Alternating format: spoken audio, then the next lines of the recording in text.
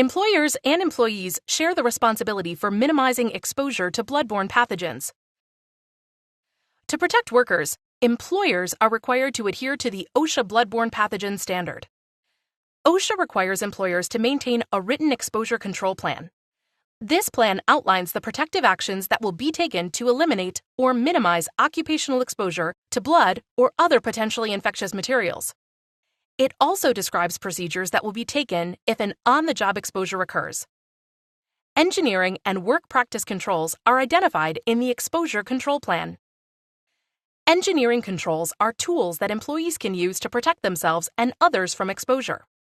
These include personal protective equipment, biohazard waste bags, and biohazard sharps containers. Work practice controls are procedures employees should follow to protect themselves and others from exposure. These include the use of PPE, disposal of contaminated materials, safe handling of sharps, and proper cleaning of equipment. In addition to establishing an exposure control plan, employers must provide proper training about risks associated with bloodborne pathogens and how to minimize these risks to all employees who may be exposed to bloodborne pathogens. Employers must also offer a hepatitis B vaccination to employees who are at risk of exposure. An employee may refuse the vaccination, but if later decides to accept the vaccination, the employer must provide it.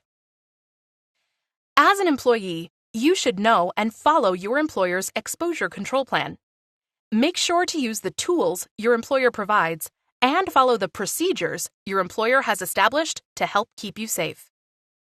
It is especially important that you use standard precautions and treat all blood and other potentially infectious materials as if they are known to contain bloodborne pathogens.